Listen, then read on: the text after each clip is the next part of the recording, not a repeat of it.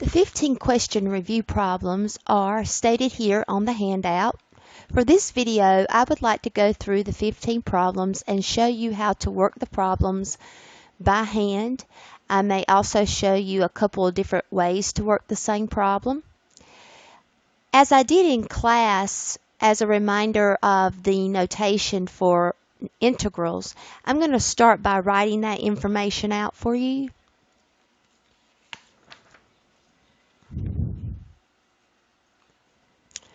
First of all, when you have y is equal to the antiderivative of little f of x with respect to x, that's equal to capital F of x plus c.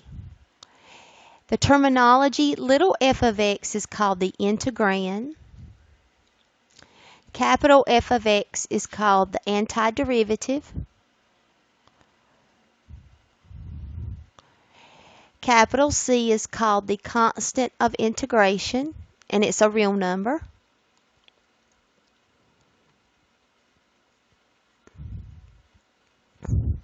So it reads, the antiderivative of little f of x with respect to x is equal to capital F of x plus c.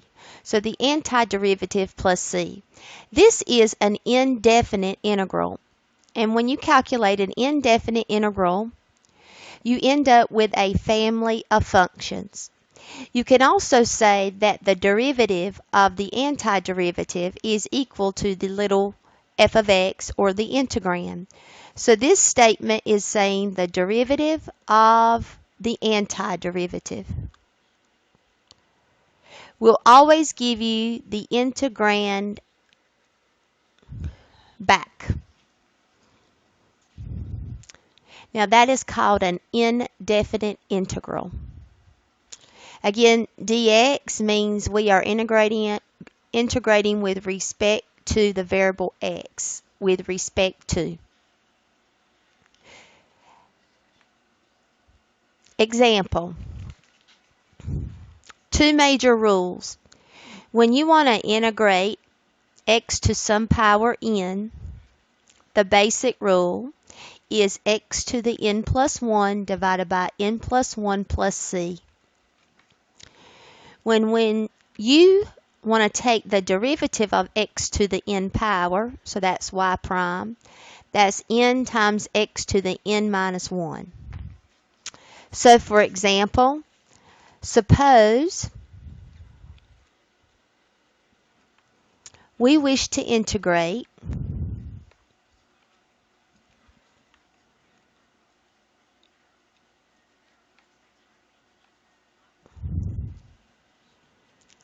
x squared. According to the rule, that's x to the 2 plus 1 divided by 2 plus 1 plus c, which is 1/3 x cubed plus c. And this would give us our capital F of x, our antiderivative. To be able to check that and make sure we have the correct answer, we can now take the derivative of the antiderivative. The antiderivative is 1/3 x cubed plus c. That's going to be 1/3 times 3 times x to the 3 minus 1 plus 0. And that will give us 1/3 times 3 is 1. X to the 3 minus 1 is x squared. And it checks out. We get little f of x, which is our original integrand, back. A definite integral has a slightly different explanation. A definite integral looks like this.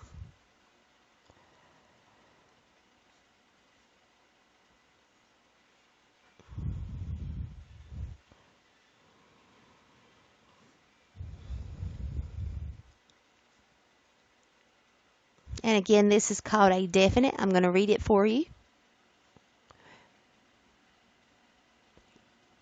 The antiderivative of little f of x with respect to x is equal to the antiderivative capital F of x from a to b, which is the antiderivative evaluated at b minus the antiderivative evaluated at a. With a definite integral, you get a final numerical answer. Oftentimes, I like for you to give me the exact numerical answer, and I ask you to give it to me simplified. And I often like to ask you also if it can be expressed as a single quotient. Express it as a single quotient.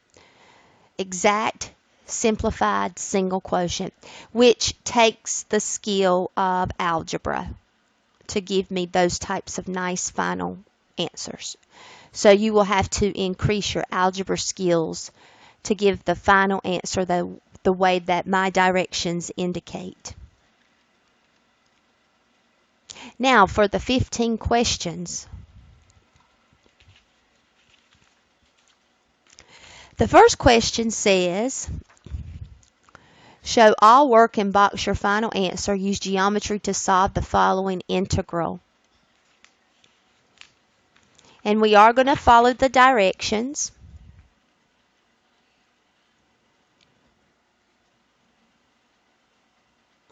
Use geometry. When you use geometry to solve an integral or a definite integral, what you wish to do is you wish to graph your integrand, and you graph it from x equals -3 to x equals 3, a to b. A is -3 and b is 3 on the x-axis. So that's what we're going to attempt to do here. You can make yourself a XY chart.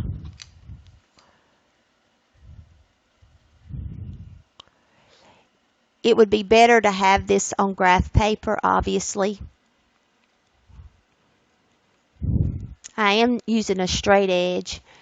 If you make yourself a XY chart, that should help you to increment your axes appropriately. And I just need to see the graph from -3 to 3. So 7 points. When you evaluate the integrand at -3, you receive the value 5. -2, you receive 6. -1, you receive 7. 0, you receive 8. If you substitute in the number 1, you get 7, the number 2, 6, and then finally the number 3, you get 5. So the y value, the highest y value is 8, and that will help us to increment our y-axis. So I'm going to do that now. Try your very best to have equal increments. I'm going to go 1, 2, 3, 4, 5, 6, 7, and 8.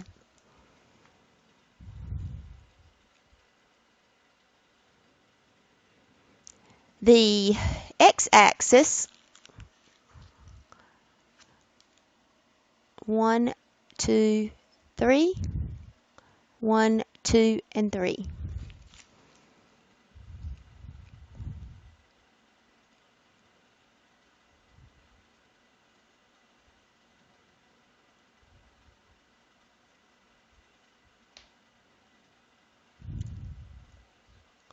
And that is a -3. I apologize.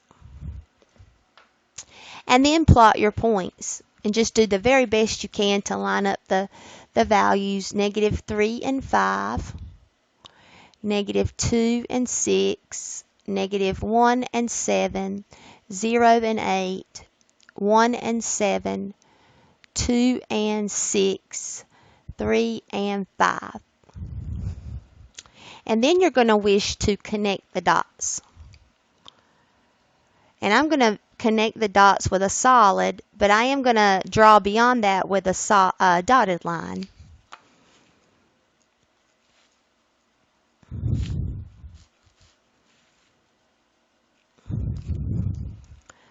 So there you have it. So this is the absolute value function, 8 minus the absolute value of x. To see the geometric figure, it is going to help for us to, and I believe the graph could be off a little bit, and I apologize for that.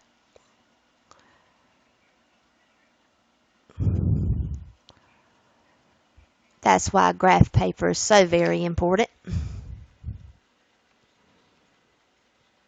There we go. And since I may have made a little mistake, I'm going to trace what the resulting geometric figure is. Kind of looks like a house.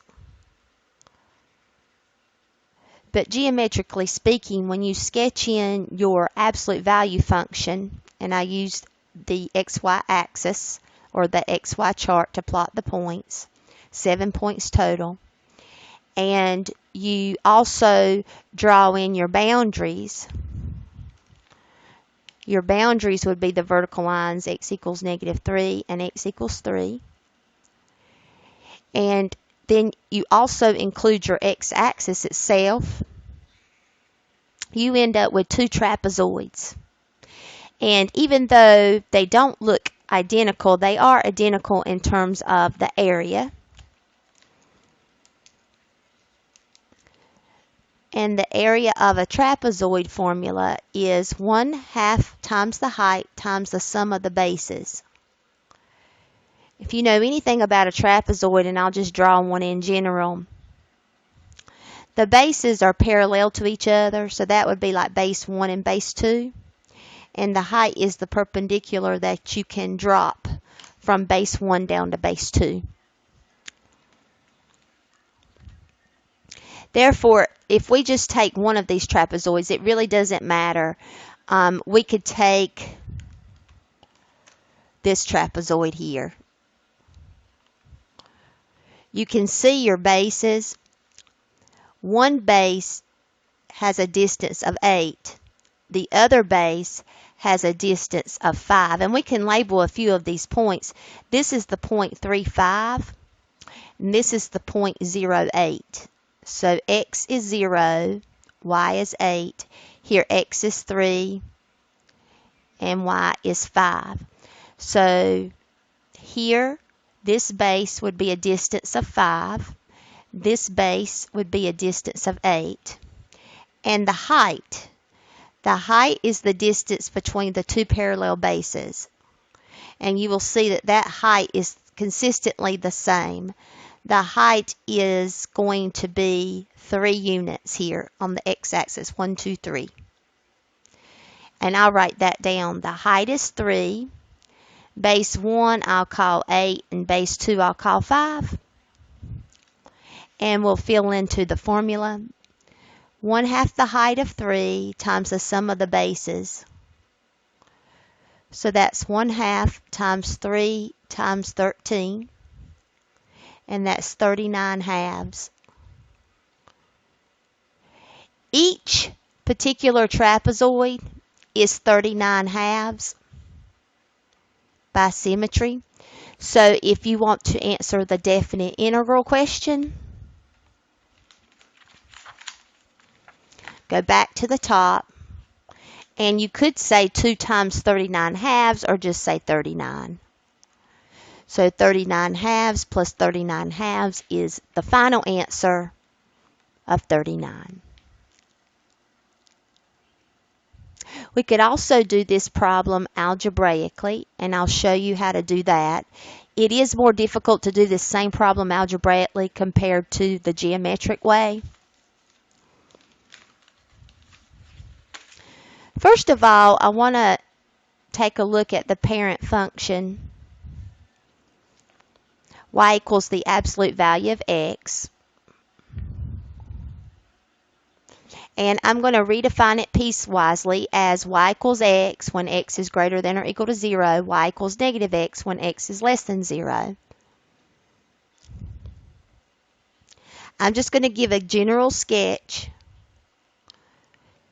Nothing beautiful, but this is the piece y equals x for x greater than or equal to 0. Here's the vertex, 0, 0.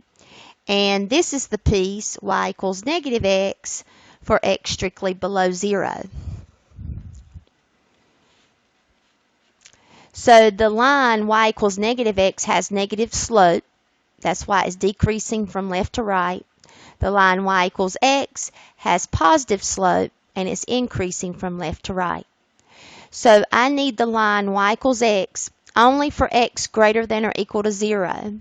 And I need the line y equals negative x only for those x values strictly below 0. When you graph the two together with their corresponding restrictions, you end up with the famous absolute value function. The domain of the famous absolute value function is the set of all x such that x is real. So any real number that you know on the x-axis can be placed into your function, and you can always find a corresponding y value. The range, however, would be all possible y's. Y such that y is greater than or equal to 0. So y is 0, the absolute value of 0 is 0, and then the other y values can only be positive, y greater than or equal to 0. So no matter what x value I put in here, real number x, a negative, a positive, 0, I'm always going to get a y value that's either 0 or greater. 0 or greater. So every single x value is okay in terms of the domain. There's no restriction on x, but there is a restriction on the range if you look at this part of the y-axis. So the range is only from 0 to positive infinity, or y greater than or equal to 0. I like set builder notation, but interval notation for all real numbers would be negative infinity, positive infinity. Here it would be a bracket 0, comma, positive infinity. I prefer the set builder. So on the test, I will have the set builder, and please make sure you know how to define the domain and range in set builder notation. This type of situation, knowing how to redefine your absolute value function, is going to help you find the area of this particular problem algebraically.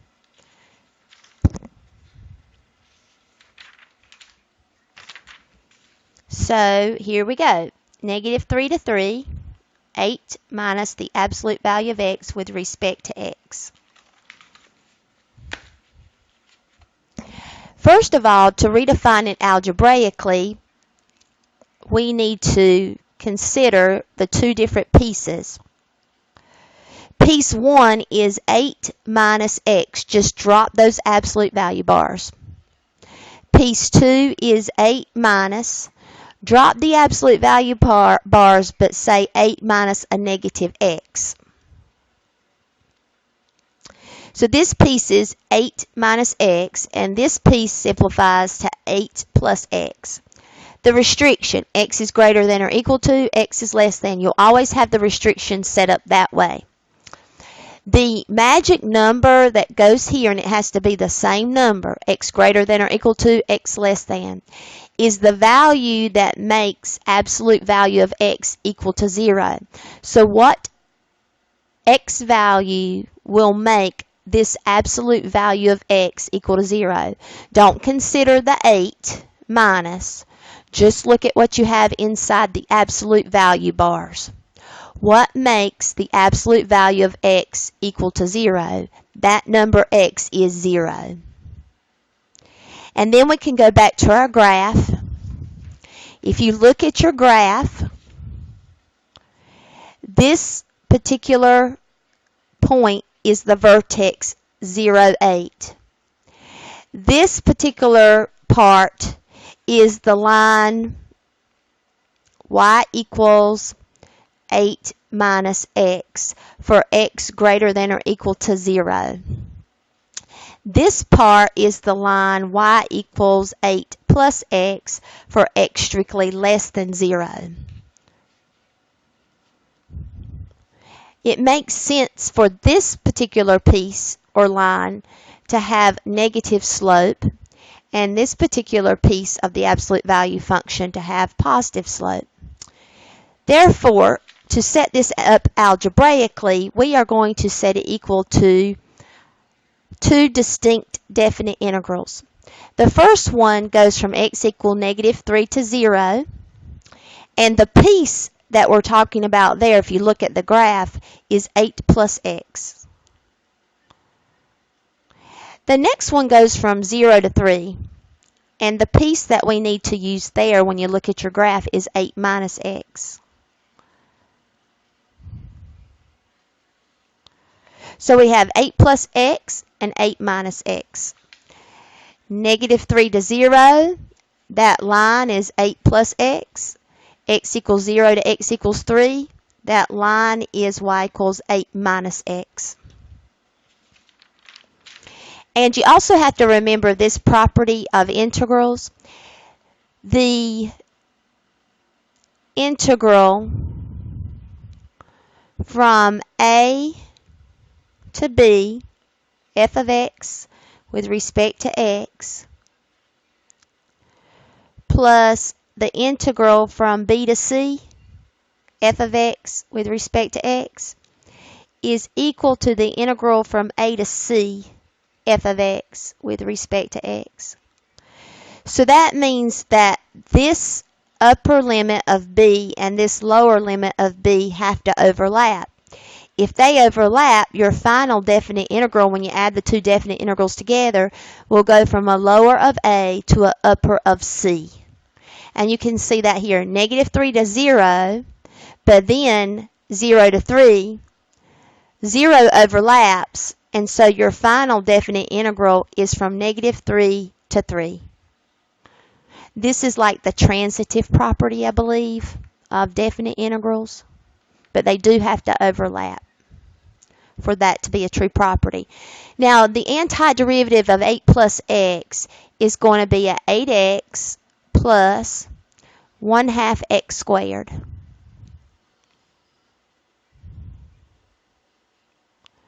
The antiderivative for 8 minus x is 8x minus 1/2 x squared.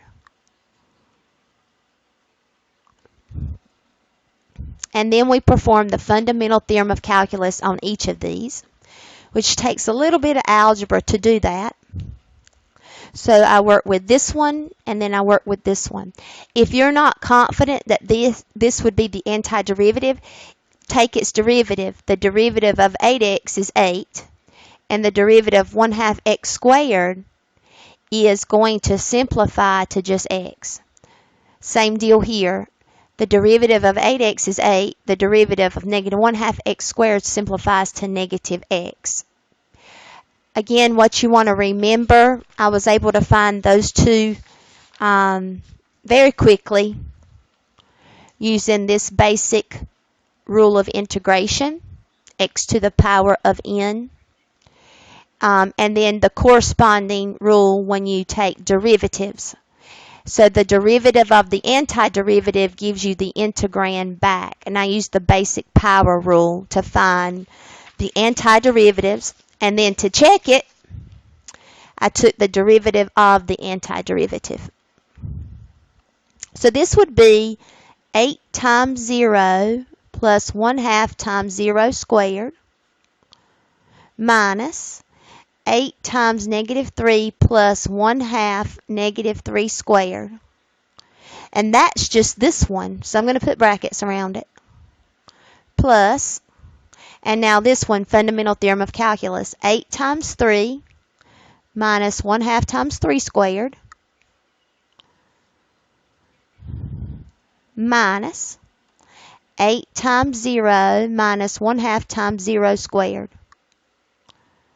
So fundamental theorem of calculus for this one, f of b minus f of a. b is 0, a is negative 3. And then fundamental theorem of calculus for this definite integral from a to b. We evaluate the antiderivative at 3 minus the antiderivative evaluated at 0. That's called the fundamental theorem of calculus. And then you simplify. 8 times 0 plus 1/2 0 squared is just 0 minus 8 times negative 3 is negative 24. Excuse me. Plus 1/2 times negative 3 squared is 9/2.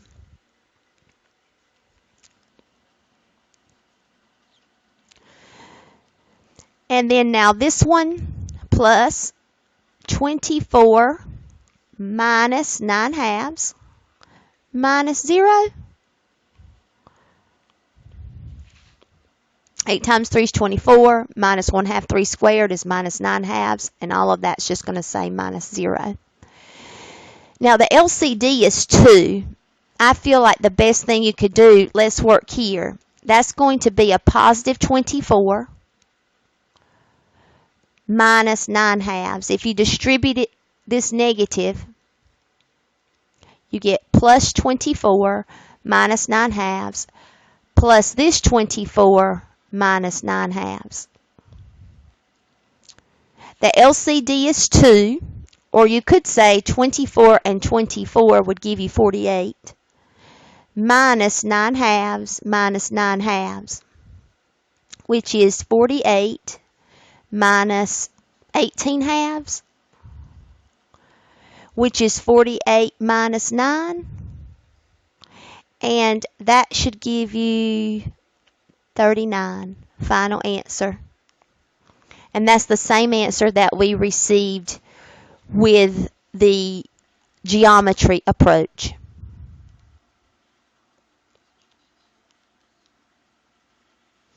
So I hope that one is clear. Again, definite integrals can sometimes be solved both geometrically and algebraically. Sometimes they can only be solved one way. This one can be solved geometrically and algebraically, get the same answer.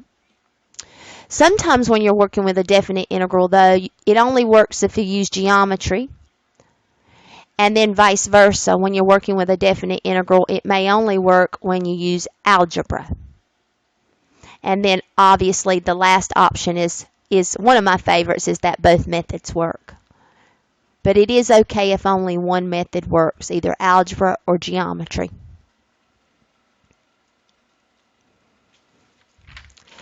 I'm also going to take the time to show you something on the calculator, which you're not going to be allowed to do this on your test or your homework. You're going to have to show all of your work to receive credit, but it may be nice to check your answer.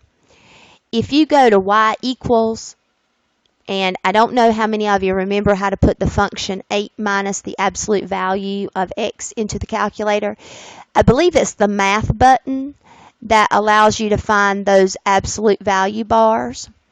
And it looks like the math button is here. Here. So I'm going to say minus, and it looks like I accidentally squared something. 8 minus math, and arrow over to number, absolute value, and then I do alpha x and arrow out. So 8 minus the absolute value of x. Once you have that in your calculator, you can go to, let's see,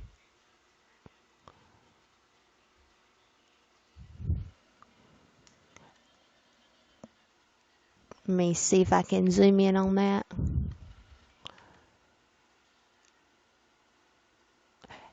Above the zoom button is the word calculate, so we would do second trace to receive what it says under calculate, second trace. And if you scroll down to number 7, or arrow down, that's a definite integral. You could also press just 7. And it looks like my window range needs to be reset. So let's graph the function. And let's go to zoom.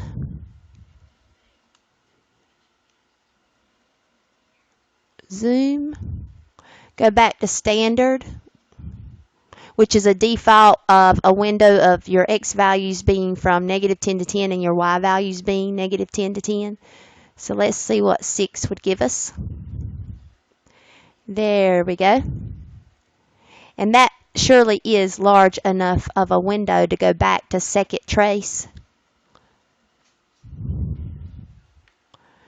And now let's go down to number 7, or press 7. It will ask you to give it a lower limit. You could trace to the lower limit by using your arrow, or you could simply put in x equals -3, and press enter. And then it wants you to give the upper limit, and we're going to put the upper limit as positive 3 and press enter. It shades everything in between, and then it gives you your final answer of 39. And you can see that in the window here. So this is the two trapezoids here. If you imagine the line or the y-axis here, x equals 0 as part of the graph, it divides it into two trapezoids. And this is much more beautiful than what I had on paper. Okay, great. Now, moving on to question number 2. If you take a look at question number 2, it's basically a summation question. My main focus is not to stress this type of problem too much. I just kind of wanted to review summation notation with you, for you. So I'm going to write this down on paper. Number 2. The summation, sigma, from I equals 1 to 3, 2i squared plus 3. And if you remember, you start off with I being 1. So that is 2 times 1 squared plus 3 plus 2 times 2 squared plus 3 plus 2 times 3 squared plus 3. You add all of the results and you get your final answer. This one is going to simplify to 5. This one is going to be 2 times 2 squared, or 2 times 4, which is 8. 8 plus 3 is 11. And then 2 times 3 squared is 2 times 9, which is 18. 18 plus 3 is 21. So that's going to give us 5 plus 11, which is 16, plus 21. And I believe when you add all of those together, you get your final answer. And you get 37 to be your final answer. So I'm going to box that. You will not have one of these on your test. Again, my purpose was to review summation notation with you. Now, question number 3, I actually have that already online, and I'm going to go and show you where that's online. If you go back to your computer, and I'll have to go to the course here, and I'll log into your course. I'll just use section 1. If you go to your learning modules, and in particular if you go to learning module 1, and then lectures for integration review, there you go. You can see everything I have here. You're going to have to drill in just a bit further. Go to lectures from instructor. I have the class lecture 15 questions and then the answer to the 15 questions that we're going over now, but now I'm making a video. And then I have the approximation under the curve. I also have the graphs of the basic parent functions that you studied in Basic Calculus 1, and then the transformations of the graphs. If you are not comfortable with the basic parent functions, I strongly suggest that you review functions like y equals x, y equals the absolute value of x, y equals x squared, y equals x cubed, y equals the square root of x, and know their domains and their ranges, their x and y intercepts, etc., etc. I'm going to click on the area under the curve, and I also have that as a hard document on the document camera. Approximate the area of y equals 1 minus x squared from x equals 0 to 1. Use 8 rectangles. Find the lower sum, the upper sum, and the exact area. I'm going to go back to the document camera.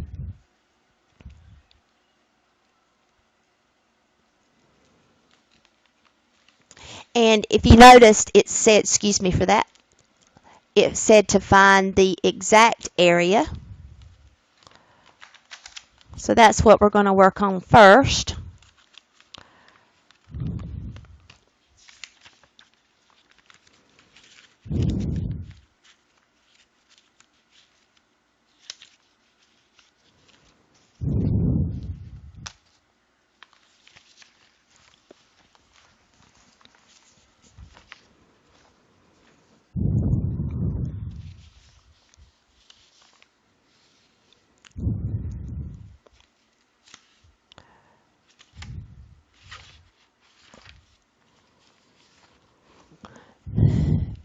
Before we find the exact area, I want us to take a look at the circle x squared plus y squared equals 1. The center is 0, 0, and the radius is equal to 1. The x minus h quantity squared plus y minus k quantity squared equals r squared. The center of a circle is hk. It's a single point. And the radius obviously is the letter r. So it's equal to r squared. If you solve this for y, you get y squared equals 1 minus x squared, and then y is equal to plus minus the square root of 1 minus x squared. So we can actually solve this definite integral geometrically if we think about what geometric figure we're left with from x equals 0 to x equals 1. When you graph this, if you graph the entire circle, obviously you know what that looks like.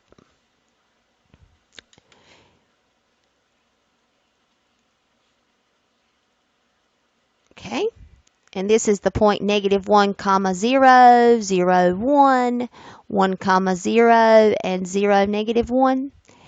The upper semicircle is the positive square root of 1 minus x squared, and the lower semicircle is the negative square root of 1 minus x squared. So this particular definite integral just wishes us to find the area from x equals 0 to x equals 1. And we also only want to deal with the upper semicircle. So we're finding the area for a quarter of a circle having a radius of 1. Therefore, this is 1/4 pi times radius squared, and the radius is 1. The final answer is pi over 4, and you can say square units, but you could just say pi over 4 also, and I'm okay with that. The decimal for that, if you plug pi over 4 into the calculator, you get 0.78540. I do not wish for you to give me the decimal answer.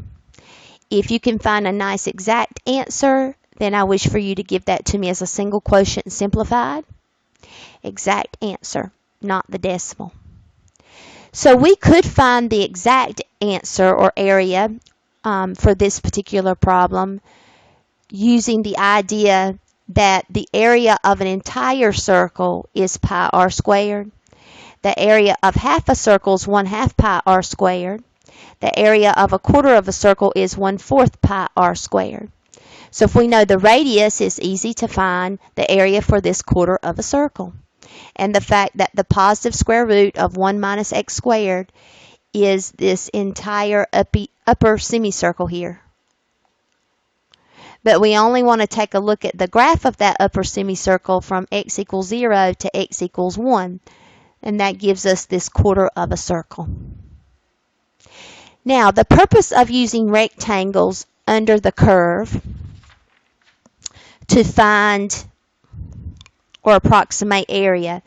If you remember, this particular problem said find the area, the lower sum, and the upper sum. And this again is the upper semicircle from just x equals 0 to x equals 1. And the problem says to use 8 rectangles. Here we go, to find that.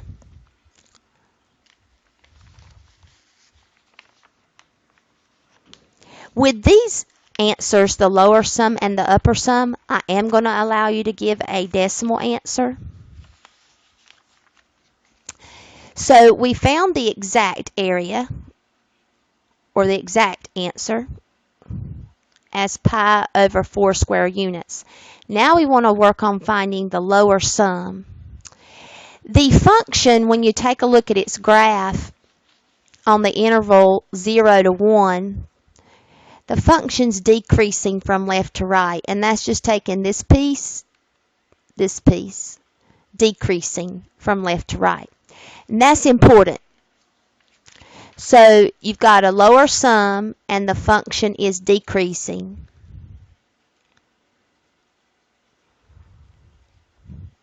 That's important.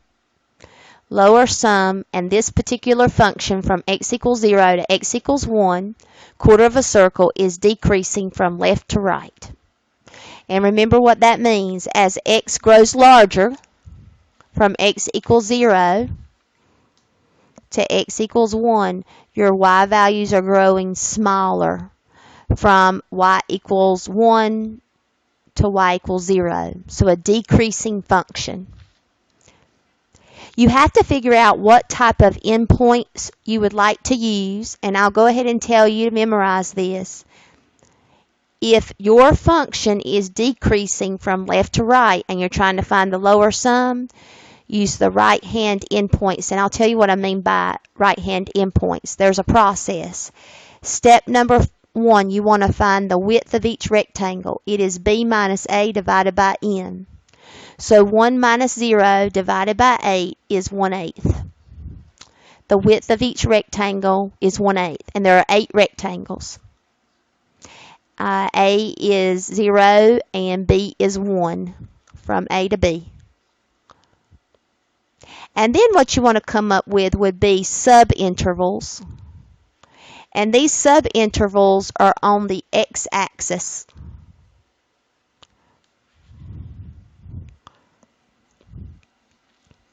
So as I make the subintervals, keep in mind these subintervals are going to be on the x-axis, and I have 8 rectangles. The subintervals will overlap.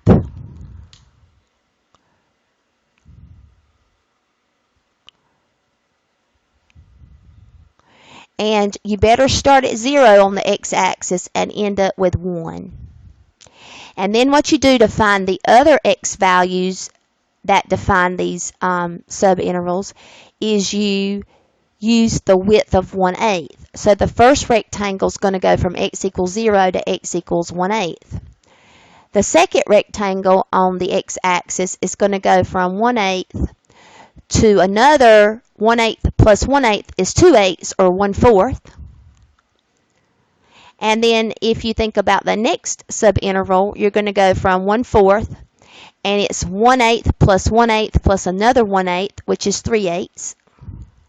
And then you're going to go from 3/8, and 3/8 plus another 1/8 is 4/8, which is a half.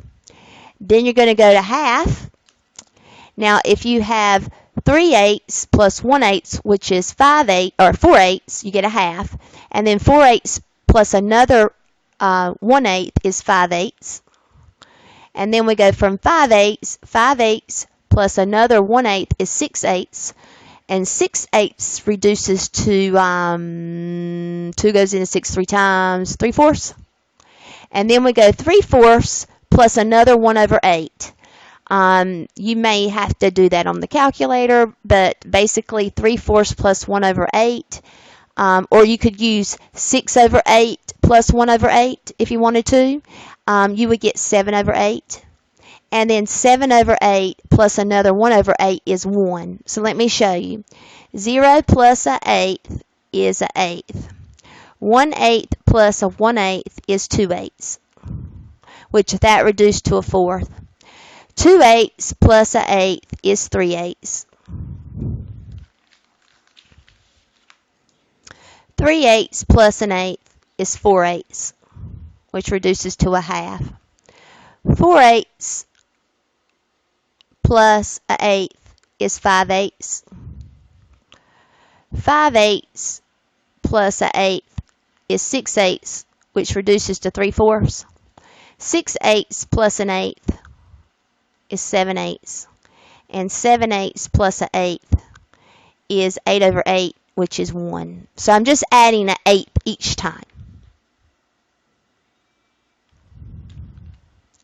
And then what happens, and I don't want to take the time to draw this out because it's kind of hard and difficult to do. I'll just show you the handout. We use the right-hand endpoints because the function's decreasing from left to right. When I say right-hand endpoints, I'm saying that the first rectangle, you want to take your first rectangle at the x value 1/8. So we're here. And to find the height of that rectangle, you go up to meet the curve.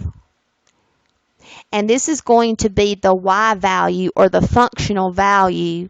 When x is 1/8, then this place is the y value, the function evaluated at 1/8. And then the next right-hand endpoint is 1/4. When you go up to meet the function evaluated at 1/4 is going to give you the height of the second rectangle.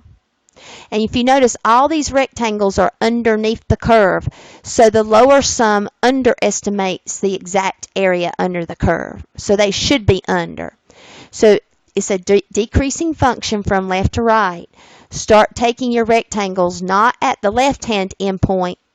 These are all your left-hand endpoints, but at your right-hand endpoints. So that first rectangle is taken at the value x equal 1/8.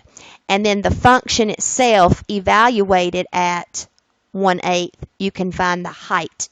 And that's over on the next page.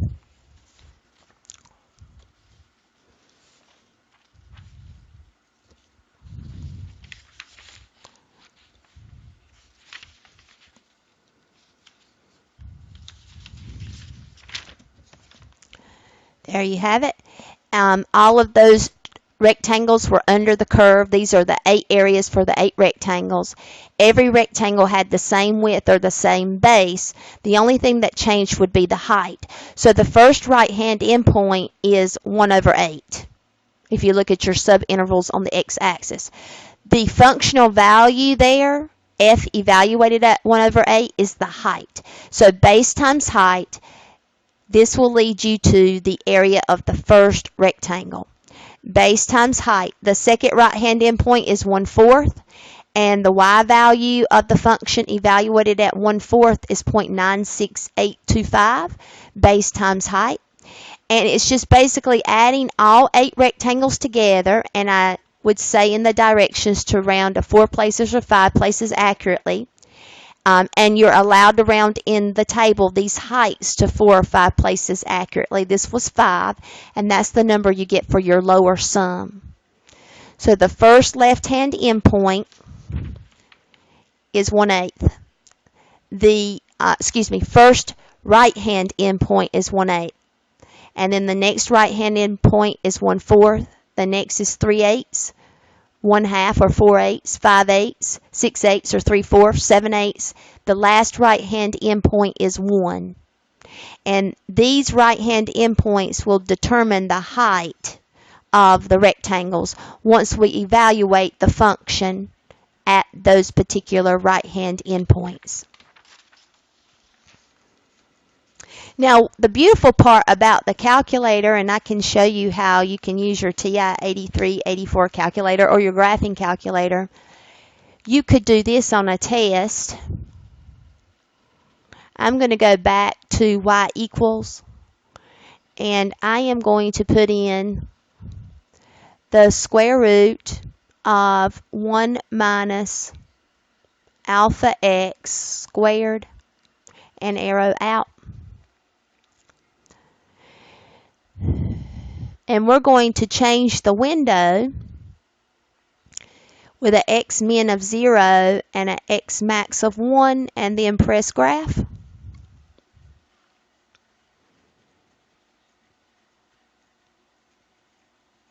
I also want to go back to window and change my y min to 0 and my y max to 1.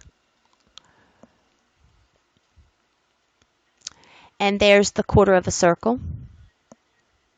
from x equals 0 to x equals 1. So if you want to find these table values, once you have your function in y equals, you can go to second table setup, and that is going to be second window.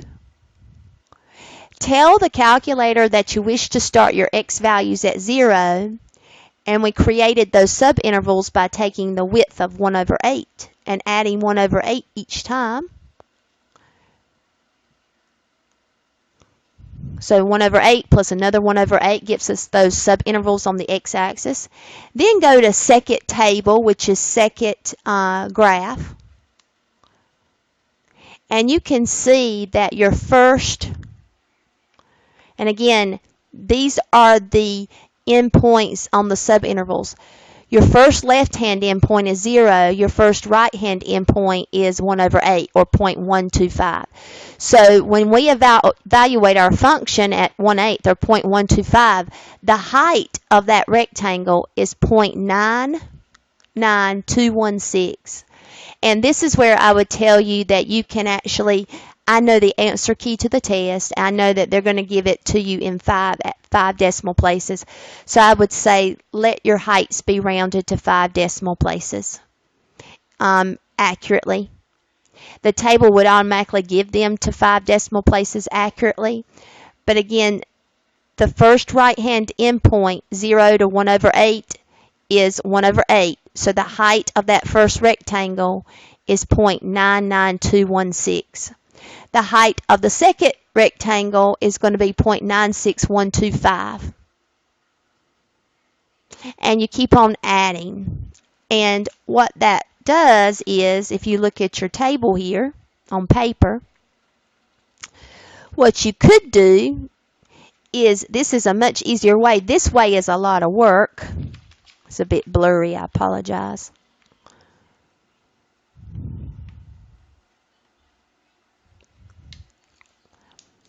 This would make you have to find each area and then add up all 8 areas. Again, this would be the height of those rectangles. First right-hand endpoint is 1 over 8. And then you would add all those 8 areas together and get your lower sum. But the easier way to do it is let your table create, your calculator create the table. Know that your first right-hand endpoint is 1 over 8. And this would be the height of that first rectangle. So this would be the height of rectangle 1, rectangle 2, rectangle 3, rectangle 4, rectangle 5, rectangle 6, rectangle 7, rectangle 8. The last right-hand endpoint from 7 over 8 to 1, x equals 7/8 to x equals 1, the last right-hand endpoint is 1. That last rectangle has an area or a height of 0. So what I did is, since they all have a common width of 1/8, I just added all the heights together. So there's the height of the first rectangle taken at the endpoint, or x equals 1 over 8. There's the height of the last rectangle taken at the right-hand endpoint, x equals 1. Add all your heights, multiply by 1 over 8, and you end up with the 0.70996. And you can also see that here. These rectangles, that last rectangle, and I did have a sub 8, does not even exist. The area is 0. So the rectangles, I'm concerned about the first right-hand endpoint because the function's decreasing. So that first right-hand endpoint, not the left-hand endpoint, starts you off drawing those rectangles under the curve. So you come up and go over, come up and go over, come up and go over, come up and go over. And there you have it. Now the upper sum is going to be a little bit easier to talk about now. If your function is decreasing from left to right and someone asks you to find the upper sum, you want to use the left-hand endpoints anytime you have a decreasing function from left to right and someone asks you to find the upper sum, use the left-hand endpoints to form your rectangles. I could list my subintervals again, 0 to 1 over 8, 1 over 8 to 1 over 4, 1 over 4 to, I think that says 3/8. 3/8 plus another 1/8 is 4/8, 5/8, 7/8, or 6/8, 7/8, and 8/8, which is 1. The first left-hand endpoint is x equals 0. Come up to meet the curve, and the functional value when x is 0, the functional value x equals 0, y is 1. So the height of that first rectangle is 1. These rectangles are slightly above the curve because the total area is going to overestimate the exact area under the curve. So it's an overestimation. Then you take the next left-hand endpoint and you go up to meet the curve, and then you come over, and that's going to be the height of the next rectangle. Take the next left-hand endpoint, come up to meet the curve, and come over. That's going to be the height of the next rectangle.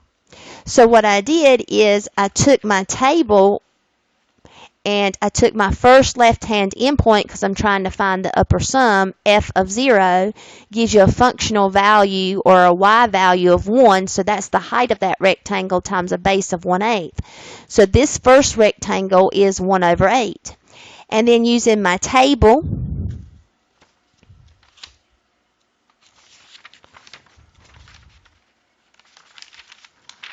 and I'll go here, you would use your left-hand endpoint, so this is where you would start. So every rectangle has a common width of 1/8. The first left-hand endpoint is x equals 0, and the height of that rectangle is 1. That means if you add up these heights, 1.99216, 0.96825, 0.92702, 0.86603, 0.78062, 0.66144, 0.48412. If you add up all those heights and multiply by the common base of 1/8, you'll have the upper sum. So this is the height of the first rectangle taken at the first left-hand endpoint. And I believe you can see that here. Again, if you wished, you could just add up all these heights, add them up, get the total height, and multiply by the common 1 over 8 to get that same upper sum. The upper sum is going to be 0.83496, and it is bigger than the exact area, and it's bigger than the lower sum. As a matter of fact, there's the summary. The exact area was pi over 4, or 0.78540. We found that in the beginning. Pi over 4. The lower sum, upper sum. The exact area, which we use geometry to find it, is always between the lower sum and the upper sum. Since the function was decreasing from left to right, x equals 0 to x equals 1, to find the lower sum for a decreasing function, we used the right-hand endpoints, and the first right-hand endpoint was 1 over 8. To find the upper sum for a decreasing function, we used the left-hand endpoints, and the first left-hand endpoint was x equals 0. From that, I can ask you other problems. I could talk about a function that's actually increasing from left to right. If your function, and it's not this function, if your function's increasing from left to right with the lower sum for those rectangles, you want to use the left-hand endpoints. For an increasing function from A to B or left to right, and you want to find the upper sum, you want to use the right-hand endpoints. So it's the vice versa of a decreasing function. Remember that. Decreasing function like this one, lower sum, use the right-hand endpoints, upper sum, use the left-hand endpoints. But if you ever get a function that's increasing from left to right, you want the lower sum, use the left-hand endpoints. For the upper sum, use the right-hand endpoints. And I hope I said that correctly. I apologize if I did not. So I don't know how many of your teachers actually taught you how to approximate the area under the curve using rectangles. But the final idea is this in terms of limits. As you increase the number of rectangles, n approaches positive infinity, what happens? This limit, and this is the sum of all the areas, or the sum of all the areas of all the rectangles for n rectangles, and the number of rectangles approaches positive infinity. The limit of this summation is the exact area from A to B, which in essence is this. And we found that geometrically in this last problem, pi over 4 square units. So if we increase the number of rectangles, what's going to happen is we're going to get closer and closer and closer to the exact area under the curve. So the next time we may want to do the same problem, not with 8 rectangles, but with 10. And then we may want to do 100 rectangles. It would take forever, unless we had a computer to generate these for us.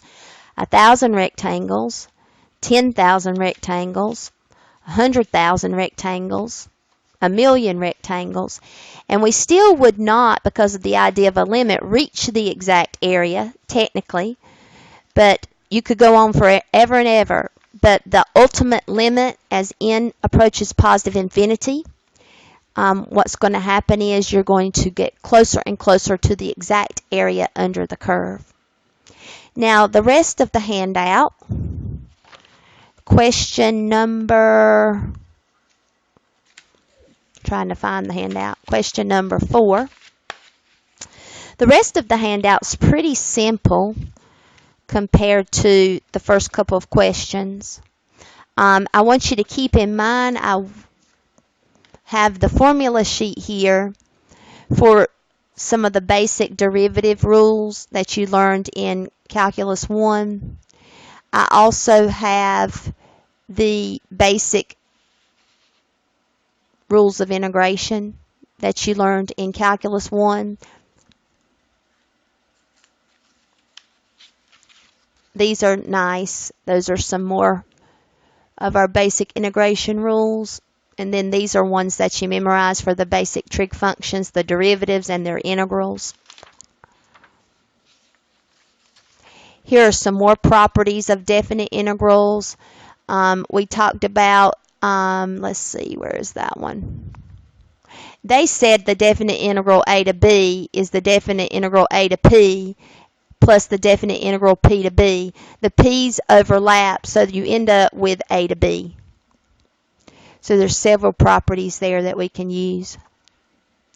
And then there's the fundamental theorem of calculus at that page. Very blurry, but you actually have the hard copy. I have the average value formula and some geometric figures, and there's the trapezoid. Keep this handout handy. It does have the unit circle there and some of the half angle and double angle formulas. Some of the reciprocal identities, Pythagorean identities, sine identities, the definition of cosine and sine, and tangent, cotangent, secant, cosecant in terms of the right triangle method. Also in terms of the unit circle method. And then a beautiful unit circle. So let's go to problem number 4.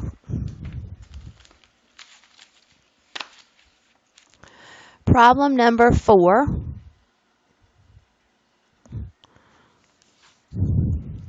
is this. The definite integral from -8 to -1, 2x minus x squared divided by 2x to the 1/3 power. And that is a bit blurry.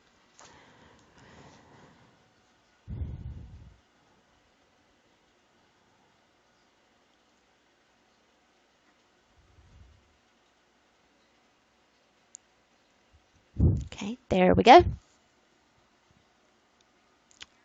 So evaluate this integral. What I think that you should do, and we're going to do this algebraically,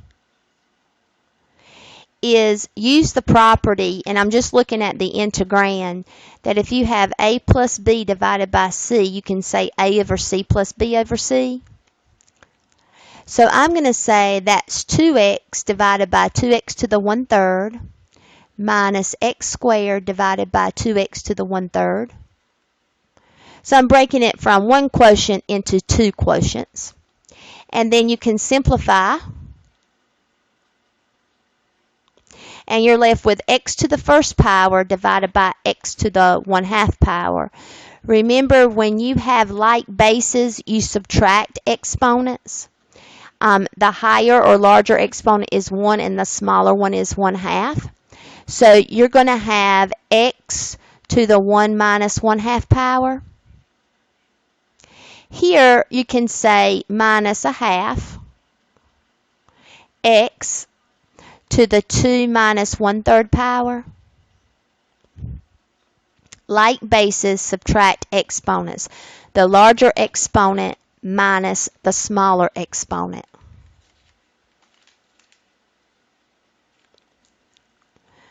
Bring it down. Simplify. That's going to be x to the 1 minus 1/2 power is 1/2 minus 1/2 x to the 2 minus 1/3. If you have to go off to the side and scribble, there's nothing wrong with that. 2 minus 1/3. 2, if we want it to have a denominator of 3, it would have to be expressed as 6/3. So the exponent is 5/3. Then we have to worry about finding the antiderivative and performing the fundamental theorem of calculus. And I made a mistake here. This should be 2x divided by 2x to the 1/3. So that's 2 minus 1/3. 1 minus 1/3 is 2/3. Sorry about that. So the denominator is 2x to the 1/3. For this one, for some reason, I put 2x to the 1/2 power, but it's 2x to the 1/3. 1 minus 1/3 is 2/3. That's much better. See, one simple mistake could throw you off. So the antiderivative. This one is going to be x to the 2/3 plus 1 divided by 2/3 plus 1 minus 1/2 times x to the 5/3 plus 1 divided by 5/3 plus 1 from -8 to -1. 2/3 plus 1 is 2/3 plus 3/3, which is 5/3, and then we're dividing by 5/3.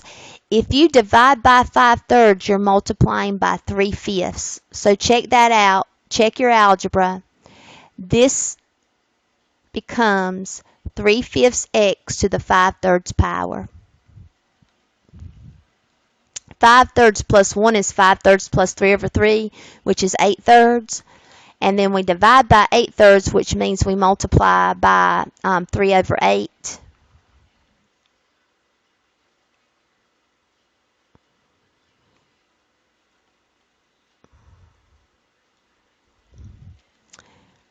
Before you start performing the fundamental theorem of calculus, it's very wise to go ahead and simplify 1/2 times 3/8.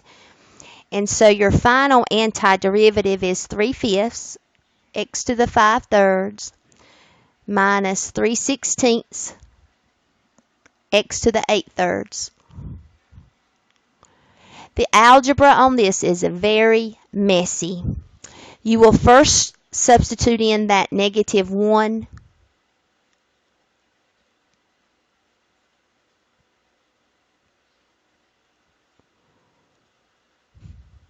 Because it's the upper limit, it's larger than -8. And then substitute in the -8. Parentheses around the negative numbers are going to be very important.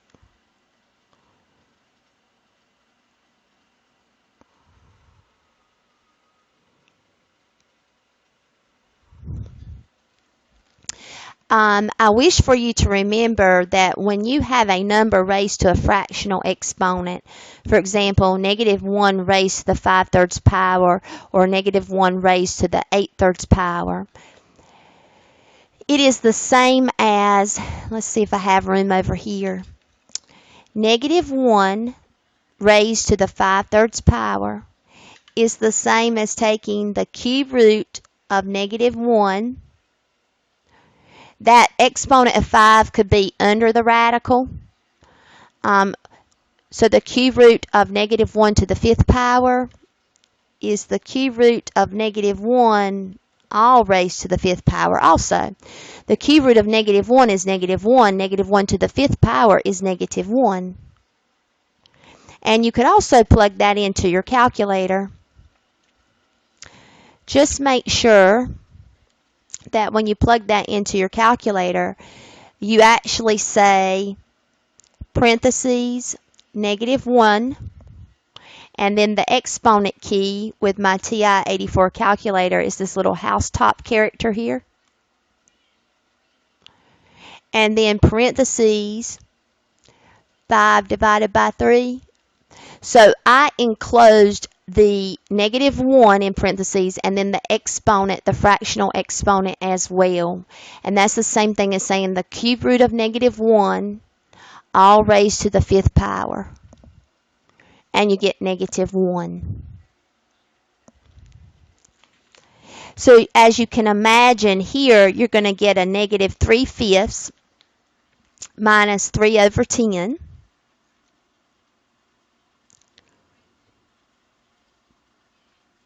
And I'm not going to do all of the algebra on a test. You will be expected to do all of the algebra. So if you have to practice putting in things like negative 8 to the 5/3 power, you can. But you should know how to find some of these by hand. Negative 8 to the 5/3 power is like taking the cube root of a negative 8 but then raising it to the 5th power. The cube root of negative 8 is negative 2. Negative 2 raised to the 5th power is a negative 32. Some of them you cannot memorize and you'd have to use the calculator, but everybody should know what the cube root of negative 8 is. It is going to be a negative 2.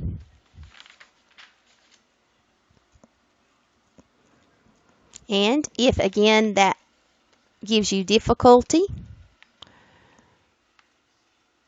you can do parentheses, negative 8, exponent key to the 5/3 power, parentheses 5 divided by 3,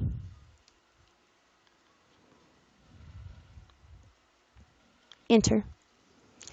And so that was a negative 32. I'm going to show you how to put this problem into your calculator and receive the decimal answer, but I don't want the decimal answer, I want the fractional answer. The decimal way to do this is to say 3 divided by 5 equals times negative 1 raised to the 5/3 power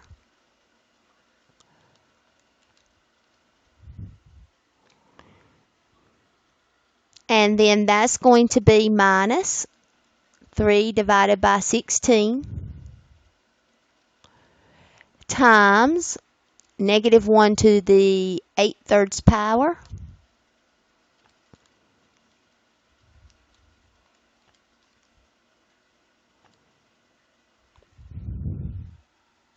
and what I just found, negative 0.7875, would be this value. So what I have when I substitute in negative 1. Now here what I did is I continued to use the exact values and the common denominator is 80. So negative 3/5 with a denominator of 80 would have to be a negative 48 over 80. 3/16 with a denominator of 80 would have to be 15 over 80. Negative 96 with a denominator of 80 would have to be negative 1,536. And then this 3/16 times 256, if I wanted a denominator of 80, that numerator would have to be 3,840. And then I just kept working the problem. using the denominator of 80. And your exact final answer is 5,313 divided by 80. You cannot reduce it any further. It's a fraction. It's a single quotient. The decimal approximation, or the decimal answer, is 66.4125. I would not allow that on the test. It'd have to be a quotient. Now I'm going to plug in. I only found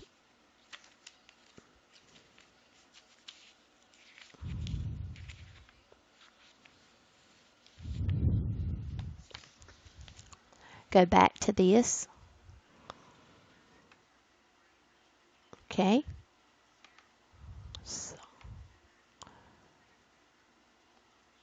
Okay, great. And then, so that is what I get when I substitute in a -1. Now I want to subtract what I receive when I substitute in a -8. So there's going to be a lot of parentheses here. Minus parentheses.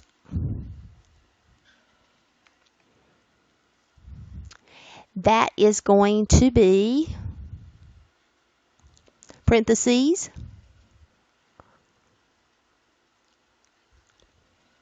3 divided by 5 times -8 raised to parentheses 5/3 power, close parentheses, arrow out of that.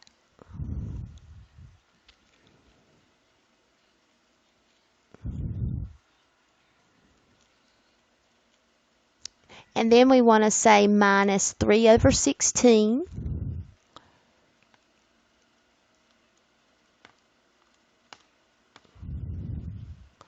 times -8 raised to the 8/3 power, arrow out, and another parentheses there.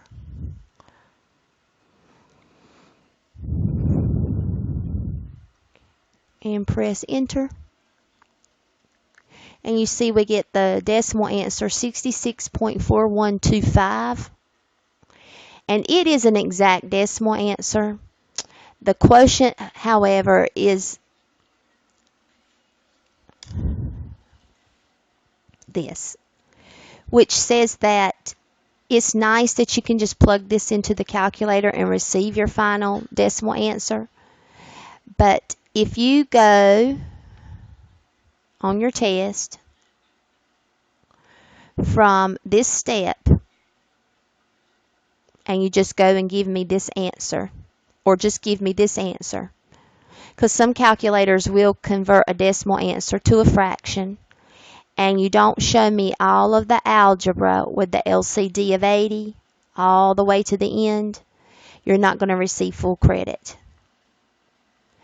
But it is really good to be able to check your answers, to just plug it in and see what your decimal answer would be, so that when you give me the fraction that I'm looking for, the fraction and the decimal must be the same. Question number 5.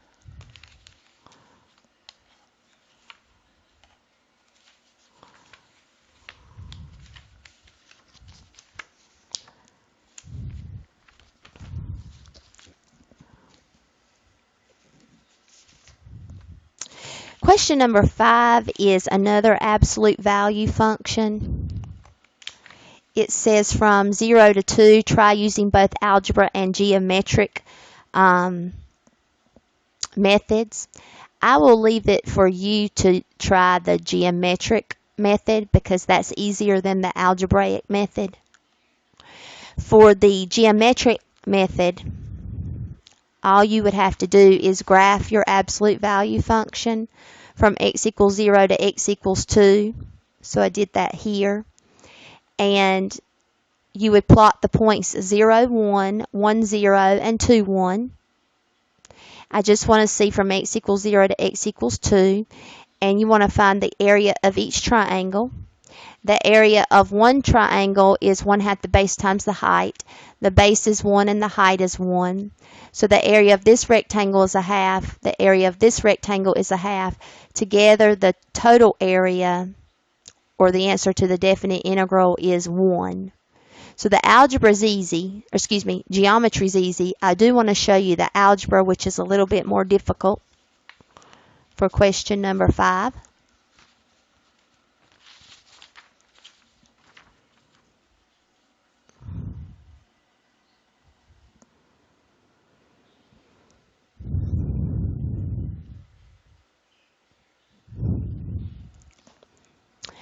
You have to redefine the function absolute value of x minus 1 piecewisely before you can set this up.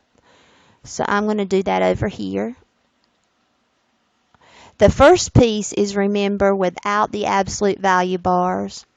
The second piece is to drop the absolute value bars, but I need a negative in front of what's inside the absolute value bars. So this piece is for x greater than or equal to. The bottom piece is for x strictly less than. And the magic number is 1. How do I know it's 1?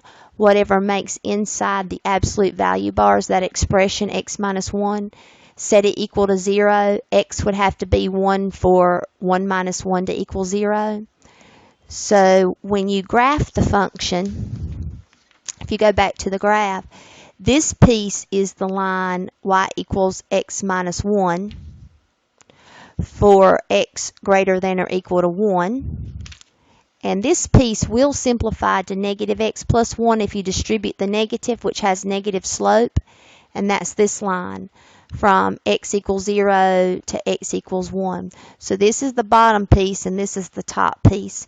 And you can see the vertex, x equals 1, is where it changes. But you could also say whatever makes this 0, x equals 1, and that number would go there. That means algebraically you would be able to go from 0 to 1 with one piece, and then 1 to 2 with the other piece. When you graph the function from x equals 0 to x equals 1, you're talking about just this piece, and that's the negative x plus 1. When you look at the graph from 1 to 2, you're talking about this piece, which is the line with positive slope, x minus 1. Very quickly, their antiderivatives are simple. This one would be a negative 1 times x to the 1 plus 1 divided by 1 plus 1 plus 1 times x to the 0 plus 1 power divided by 0 plus 1. This 1 has an understood 1 times x to the 0 power has an understood power of 0. And this would simplify to a negative 1/2 x squared plus x. And you're going to go from 0 to 1, and then fundamental theorem of calculus. To check that, you could take the derivative of this, and if you take the derivative of the antiderivative, you better get your integral back. And you do. You can do that as a visual, or you could do that to the side. Now this piece has an antiderivative of x to the 1 plus 1 divided by 1 plus 1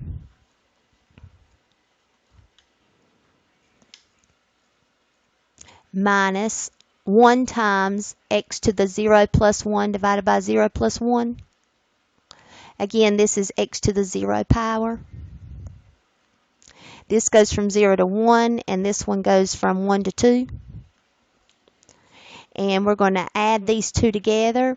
This one simplifies to 1/2 x squared minus x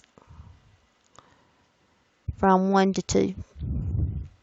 So the antiderivative for the first piece, and that's the line negative x plus 1. There's its antiderivative from 0 to 1. The top piece, y equals x minus 1. The antiderivative for x minus 1 is 1/2 x squared minus x. Again, take the derivative of the antiderivative and you should get the integral back. And then evaluate at 1 minus the evaluation at 0, evaluate at 2 minus the evaluation at 1. Your final answer is going to be 1. You would need to continue that algebra, and I would need to see all of that algebra all the way to the very end until you show me that you received the answer 1. So that's the kind of algebra that I'm looking for. Okay. Next question has to deal with the mean value theorem, or the average value. Find the average value of f of x equals the square root of x over the closed interval 1 to 4. So the mean value theorem states this. If your function is continuous on a to b, which is the x-axis, there's at least one point C on the x-axis that's in between a and b, such that the definite integral, f of x with respect to x, a to b, is equal to f of c times the difference of b minus a. What it's saying is the area under the curve from a to b is equal to the area of a rectangle that is formed at the point C, f of c. When you solve this equation for f of c is the height of the rectangle. B minus a is the width of the rectangle. F of c, which is the height of the rectangle, is the average value that you're looking for. And that basically says to solve for f of c, you would have to divide each side by b minus a, or multiply each side by 1 over b minus a to isolate the f of c. This is the average value formula that you're going to use for problem number 6. And I'm going to draw a picture for this theorem, maybe to help clear it up before we actually do the problem. The mean value theorem says this. So suppose you have a function, and let's just say it's like an arbitrary function. And I'm going to say that's y equals f of x. And I'm just going to look at it from a to b. Remember, it has to be continuous from x equals a to x equals b.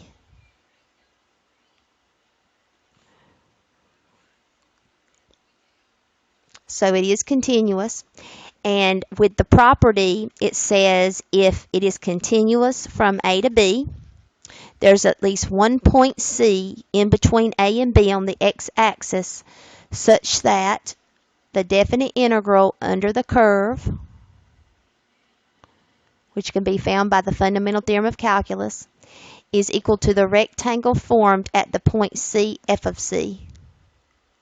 So this is the height of that rectangle, and this is the width. Base times height, or the base, length times width. And this is the area under the curve from x equals a to x equals b.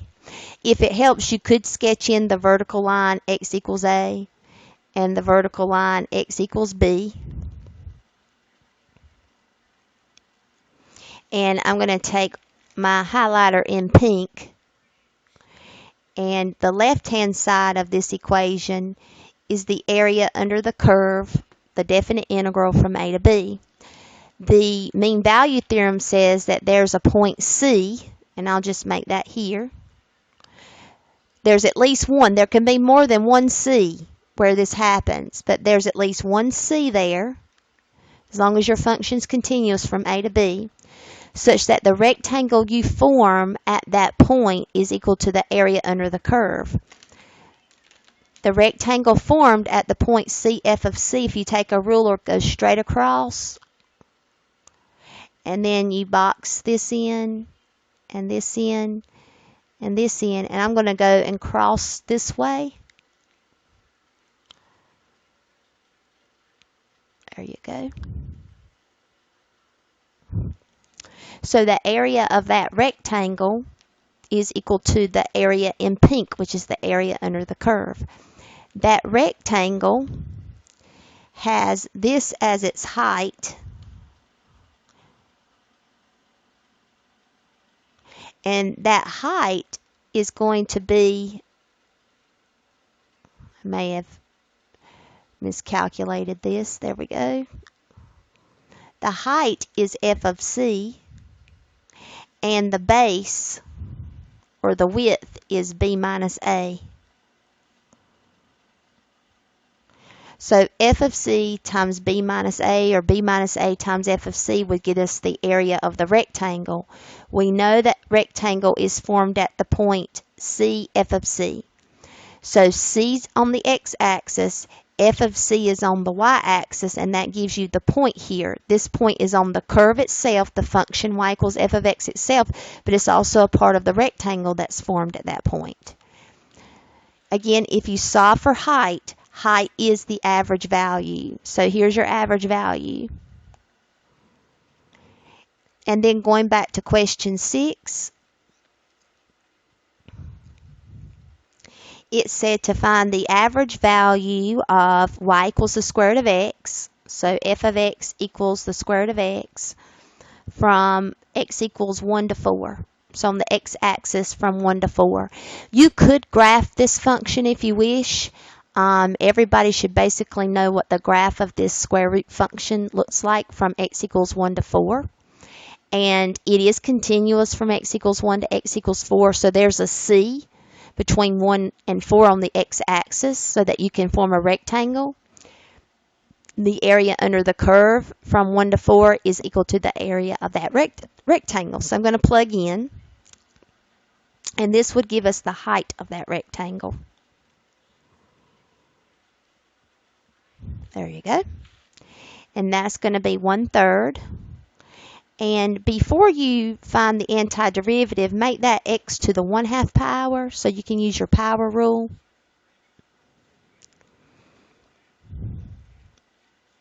And I don't need that. I'm ready to integrate.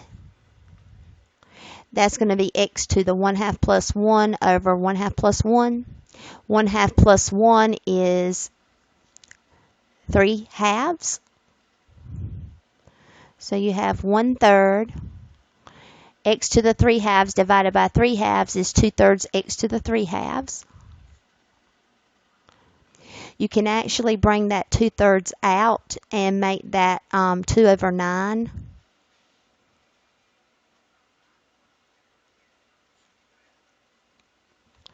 You could leave the 2 over 9 out and substitute in the 4 and then the 1. So it would be 2/9. 4 to the 3/2 power.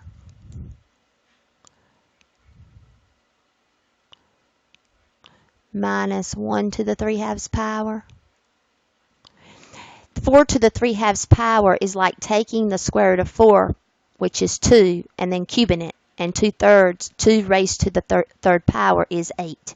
So that's going to be 2/9 times 8. This is going to be 8 minus 1 inside. So I'll show you what I have on the sheet.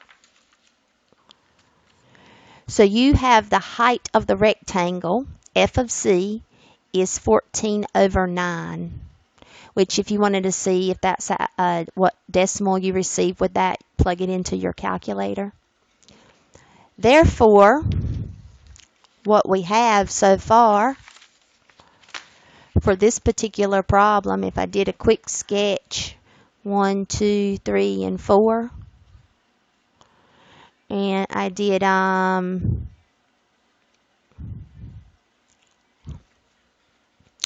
my function is the square root of x. The square root of 1 is 1, and the square root of 4 is 2. And you know this starts at 0, 0, but I'll draw a solid here. And then it keeps going. So you have the point 1, 1, and you have the point 4, 2. And the graph is continuous. The function is continuous. That's not a straight line. That's a curve. You could draw in your vertical boundaries. X equals 1, and x equals 4. So the area under the curve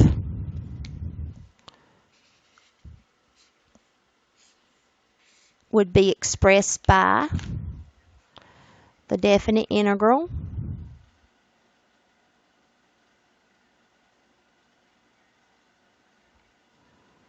and that's supposed to be equal to the area of the rectangle formed at the point C, f of c. We just found that f of c was 14 over 9. It will be important if you want to see the graph or proof of this. 14 divided by 9 is 1.5 repeating. So that rounds to about a 1.6 on the axis here. So there's a 1.5. There's your, excuse me, the 1.6 would be the height of the rectangle. There's 1.5. So there's 1.6. So this would be 14 over 9, or f of c. Now we can find the actual value for c, if possible. If you think about this, if f of x is equal to the square root of x, then f of c is equal to the square root of c. All I did is replace the variable x with the variable c. But see, f of c is 14 over 9. So to solve for c, square each side. And squaring 14 over 9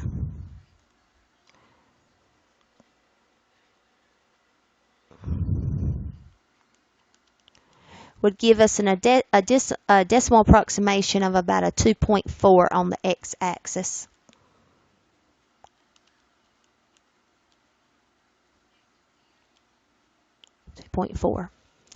And that would be approximately, there's 2.5, there's 2.4. So I'm going to say the exact value of c is 196 divided by 81, which that fraction cannot be reduced. And 14 over 9 is not reduced.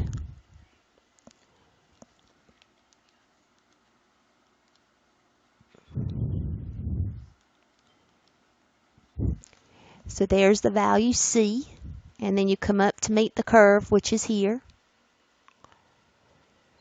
And the value for c is 196 over 81, which is about a 2.4.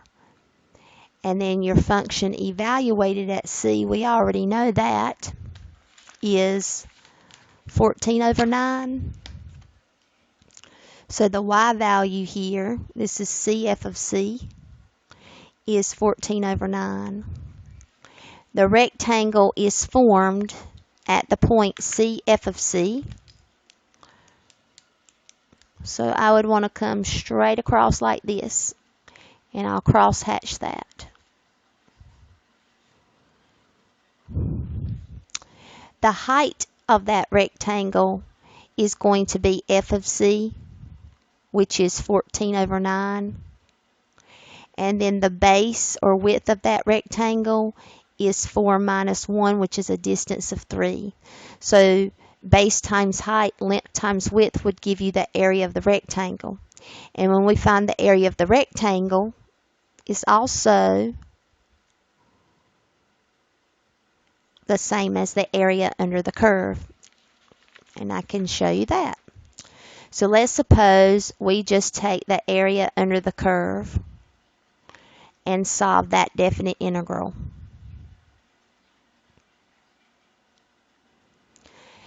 That's going to be 2/3 x to the 3/2 as your antiderivative from 1 to 4.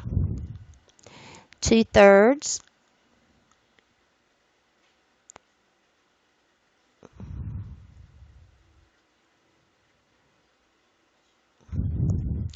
that's going to be 2/3. 4 to the 3/2 power is the square root of 4, which is 2. 2 cubed is 8. And then 2/3 times 1. So we get 16 thirds minus 2 thirds, which is 14 thirds. So there's the area under the curve. And we're told that that's equal to the height of the rectangle times the base, or the width.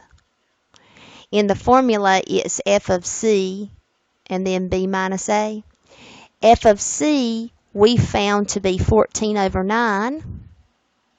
And then for the base, we have 4 minus 1. So 14 over 9 times 3 reduces to 14 thirds. So that's the area of the rectangle. And then this is the area under the curve. And that proves the mean value theorem. For me, you're not going to have to prove the mean value theorem. You're just going to have to find the average value, just like the handout says. And then also possibly find C. Okay, question number 7. We're getting into the U sub phase of this.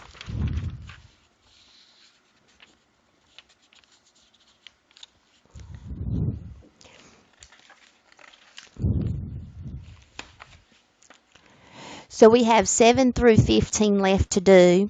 I am going to kind of pick and choose. My intention was to do all 15, but this video is a little bit longer than I anticipated. So I'm going to pick out the ones that mainly involve U substitution, which most students have difficulty with U sub. So number 7 looks like this. When you actually take the course called Calculus 1, they sometimes give you hints, and it says hint, use U substitution. Sometimes they even tell you what U should be. Let U be x plus 4, which is the term under the radical.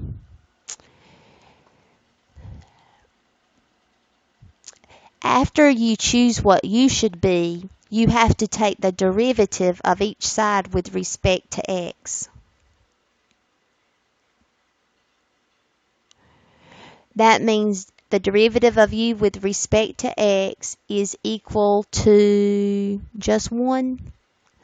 The derivative of x is 1, the derivative of 4 is 0. If you technically cross multiply, you get du is dx. And then you need to find new limits. X was 0, so what is U? X was 1, so what is U? U we define to be x plus 4, so 0 plus 4 is 4. And x is 1, so U is 1 plus 4 is 5. So our new limits go from 4 to 5. The only problem that we have is if x plus 4 is my U, and du equals dx, I'm good, but what do I do with this x? The trick with this problem is after you choose what U should be, and again, sometimes they'll give this to you as a hint, solve this for x, and that's going to be U minus 4. Then we change over. Everything has to be changed over. 0 in place of 0 is 4. In place of 1 is 5. In place of the value x is U minus 4. And then the square root of U. And then dx equals du. Your problem, at any single step, the integrand better be in x or it better be in U. You cannot have your integrand in one single step, both variables x and U, either x or U. So I needed to change my limits. I needed to plug in for x, which is U minus 4. I need to plug in for U. U is x plus 4, and then we proved that du equals dx.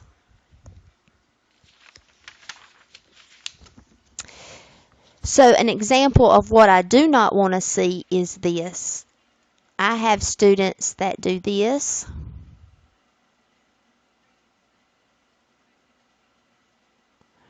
And when they work that out, they get the wrong answer because they're in U and they did not change to new limits.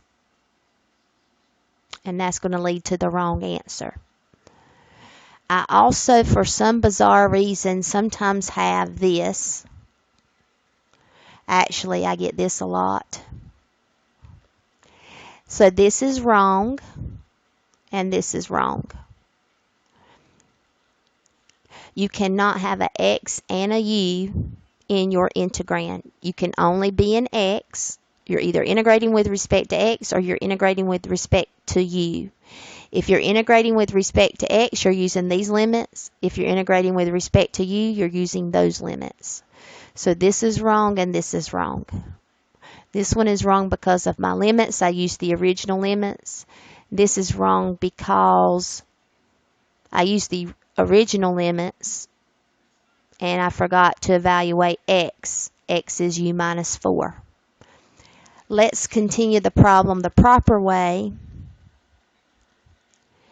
You will wish to write the square root of u as u to the 1/2 power.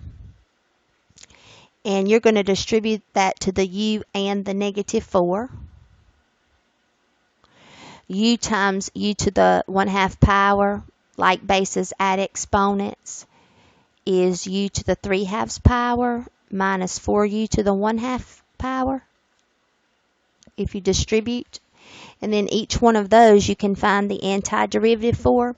For u to the 3/5, you're going to add 1, and you're going to get u to the 3/2 plus 1, which is u to the 5/2.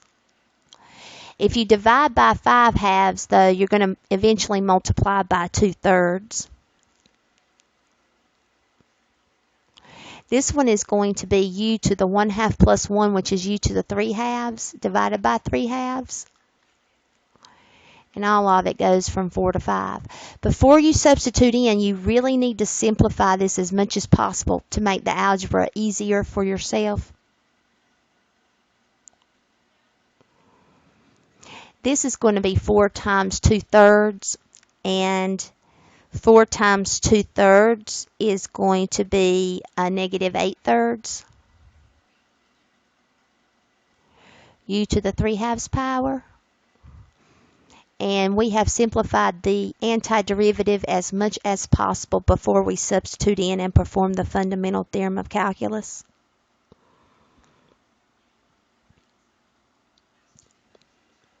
Again, if you're unsure if this is the correct antiderivative, take its derivative and you better get the integrand back.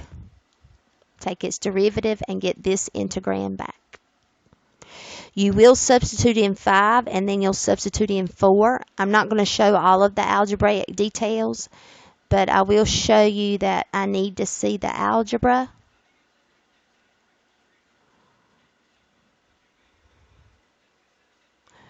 So find that and then say minus.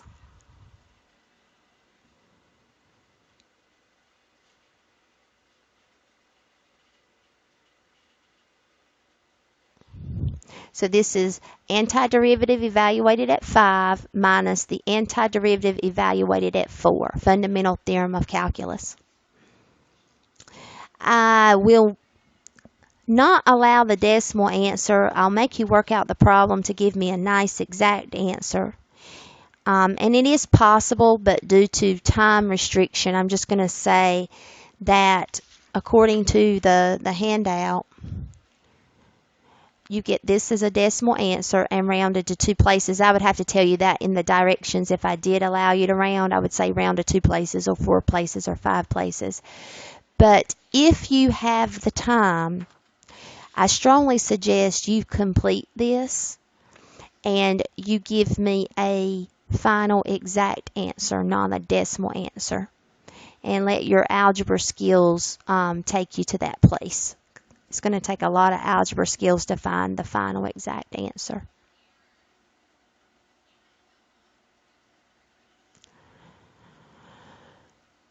Okay.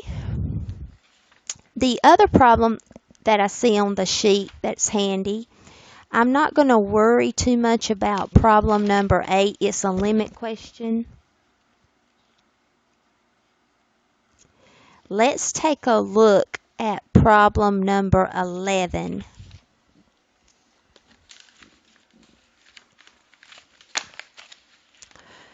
Problem 11.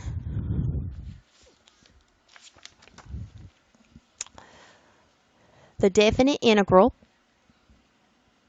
of x times the square root of 16 minus x to the fourth from 0 to 2. Let u be x squared, and after correct u substitution, use geometry. So this is a fun problem. This is number 11.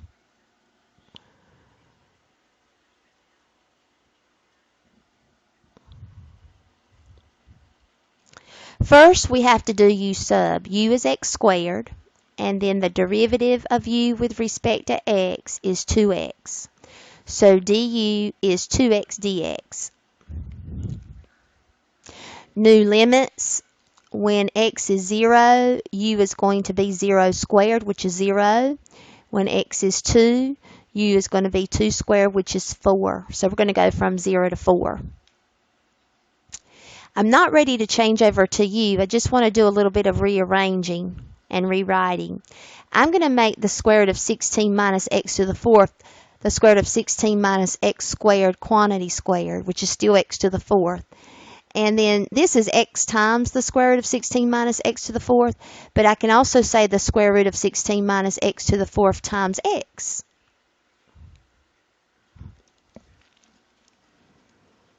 Now, du is 2x dx. So before we can change over, we need du, which is 2x dx. You cannot just multiply by 2 on the inside. You have to get rid of that at the same time. So that means 1/2 times 2 is equal to 1, and I haven't changed the problem. And then you're ready to change over. This is 1/2, 0 to 4, square root of 16 minus u squared du. So you go from a problem in x to a problem in u. X squared is equal to u, so that's going to be u squared. 2x dx is du.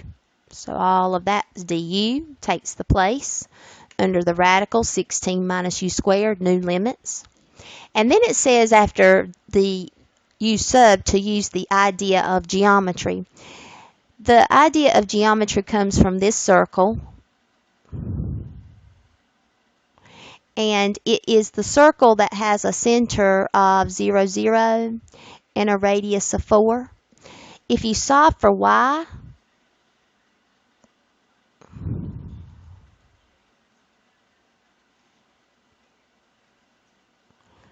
you get y is plus and minus the square root of 16 minus x squared. This time, you're going from -4 to 4. -4 to 4 because the radius is 4. And so there's the entire circle. Maybe didn't go through with radius 4. The top part is y equals the positive square root of 16 minus x squared. And the bottom is y equals negative square root of 16 minus x squared. I just want to go from x equals 0 to 4. So again, we're finding the area of a circle. Don't let the fact that the variable's u throw you. I could just as easily, I'm not going to, but I could just as easily just give you this problem on a test. Just give that to you. And it's the circle with center 0, 0, radius 4. So 1/2, and then the quarter of a circle. 1/4 pi times my radius squared. And my radius happens to be 4 for this circle. So that's 1/2. And then you have 1/4 pi times 16, which is 4 pi. And 1/2 of 4 pi is 2 pi. Final answer. So the final answer for this question is 2 pi. I started off using a little bit of u sub and then a little bit of algebra. U sub, which is algebra, and then I had to use geometry to find the final answer there. The last problem I'm going to show you on the actual video is number 14.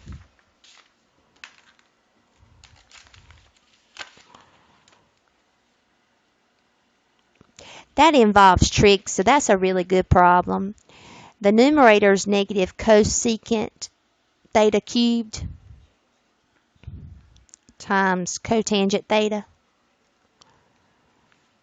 all divided by 1 plus cotangent square theta.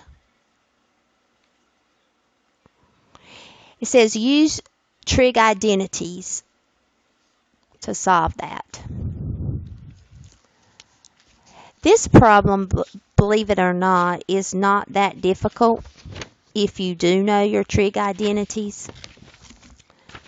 The first identity that you'll need to notice is and you have this on your formula sheet, would be the 3 Pythagorean identities. My denominator is 1 plus cotangent squared is cosecant squared. That's one of the Pythagorean identities. So I can rewrite what I'm given in terms of negative cosecant theta cubed cotangent theta all over cosecant squared. If you have a cosecant cubed in the numerator and a cosecant squared in the denominator, the cosecant squares cancel, and that leaves me with a negative cosecant theta in the numerator, cotangent theta, and my denominator is an understood 1. So cosecant square cancels, leaves me with 1 more cosecant in the numerator times cotangent. And then if you go to your integrals that you have memorized, the antiderivative of cosecant, don't worry about alpha, let's say alpha's 1. So the antiderivative of cosecant x, cotangent x, is going to be a negative, alpha's 1, so a negative cosecant x. And I'll write this down for you.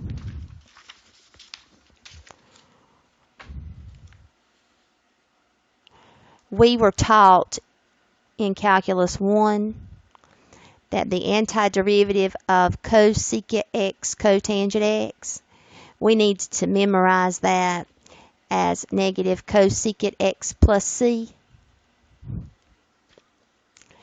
I already have a negative in here. So what I'm going to do, I'm still going to apply the formula. But when I apply the formula, I have a negative cosecant theta plus c. So a cosecant theta plus c is your final answer. And I know this is an x, but that's because of the formula. I could easily rewrite this in terms of theta if it helps.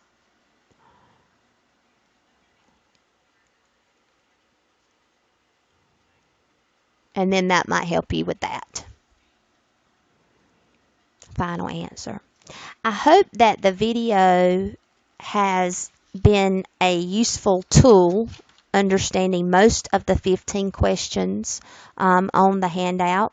Don't forget that I've given additional practice tests.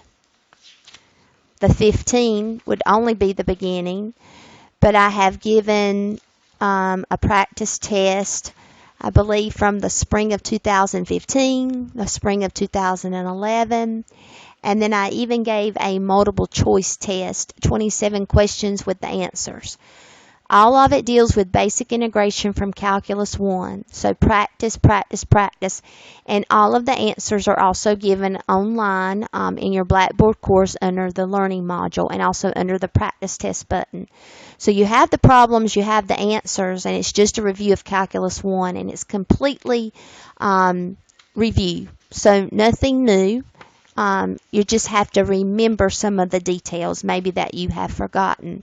We're going to go over additional problems in class before we take the test, but hopefully after this review you'll be ready for Calculus 2, and that will be Test 2 material.